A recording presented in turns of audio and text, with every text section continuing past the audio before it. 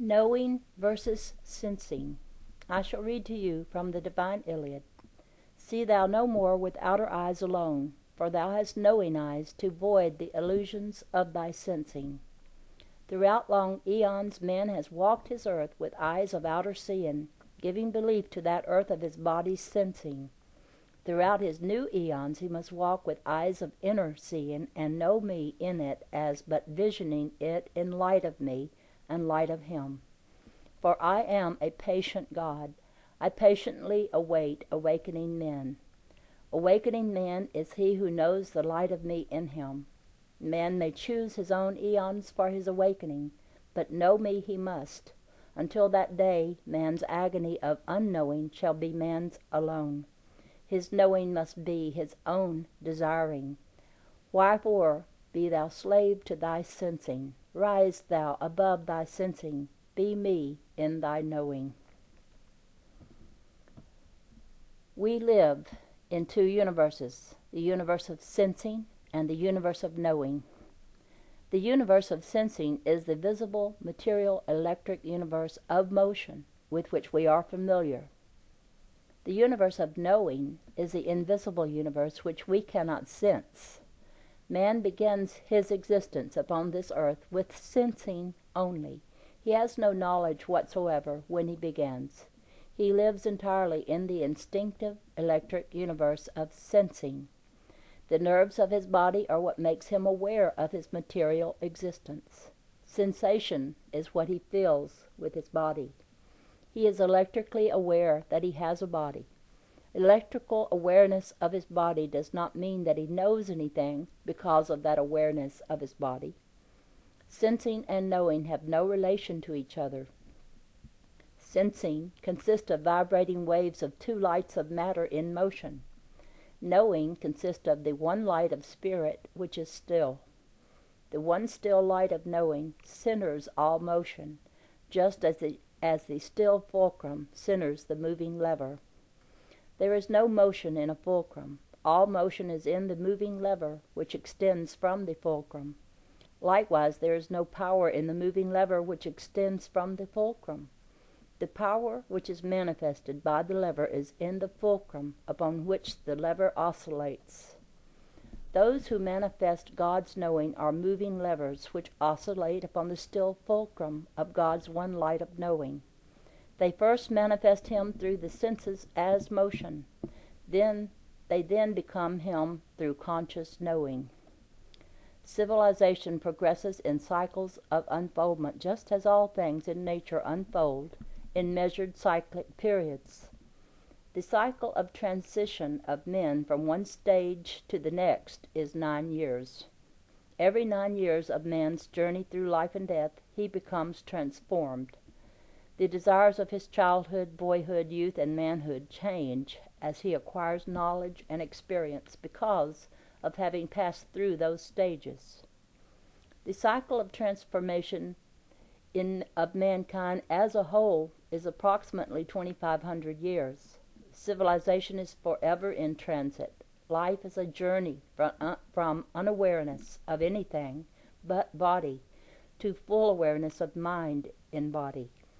It is a journey from wholly sensing without knowing to wholly knowing without sensing.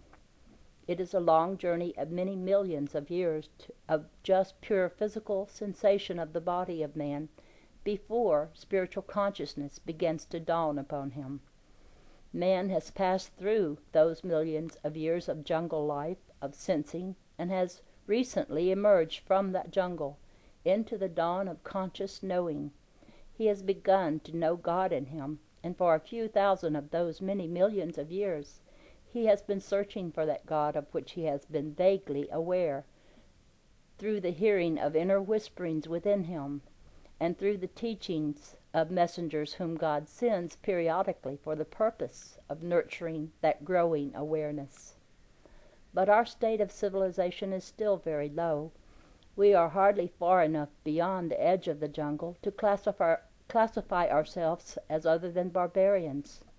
We surely cannot classify ourselves as godlike men while we still kill, rob, and exploit other men and nations. Mankind as a whole is still in its barbaric stage, but is making strides toward rising above it. This coming cycle will be one more step toward that omnipotence. We are deceiving ourselves into believing that we are highly civilized and cultured people, possessed of great knowledge. Instead, we are in a period of transition in our unfoldment, which is between the animal of the jungle and the inspired man who knows God in him. The fear of the jungle is still in man. He fears other nations of the world as tribes in the jungle fear other tribes. Nations maintain vast armies and navies for fear of other nations. We lock our doors and police our streets because of fear. The jungle man has no knowledge of good and evil. The jungle world killed for survival, for that was natural law. Man has begun to know the principle and necessity for unity, yet he still practices jungle methods in his human relations. He still believes that he must kill to settle his disputes with other men. He has not yet learned to turn the other cheek. In this present stage of seemingly high civilization, great nations are practicing this jungle principle of killing in building their empires with full knowledge of good and evil. Those who live by the sword will die by the sword, for that which man sows he must reap. 2,000 years ago, God sent messengers to give new comprehension to man. The ideal of kindness and brotherly love was given to the primate world of that day, but man still refuses to practice it. Our comprehension of natural forces has increased so phenomenally out of proportion to our spiritual advancement that we are in danger of complete destruction of the human race. We are using new discoveries and skills to multiply our ability to kill for greed and power. Man's desire for material advancement has so far exceeded his desire for spiritual advancement that the tremendous unbalance between the two will destroy both unless the desire for spiritual awareness overcomes the unbalance between the two desires.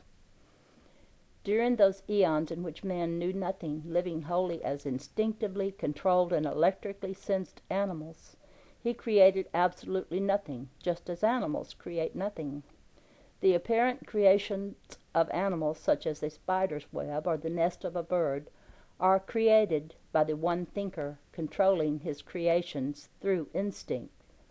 The moment man became aware of God in him, he began to know. With knowledge he began to create. He became co-creator with God, for there is but one creator. That was the first step in his transition from sensing to knowing.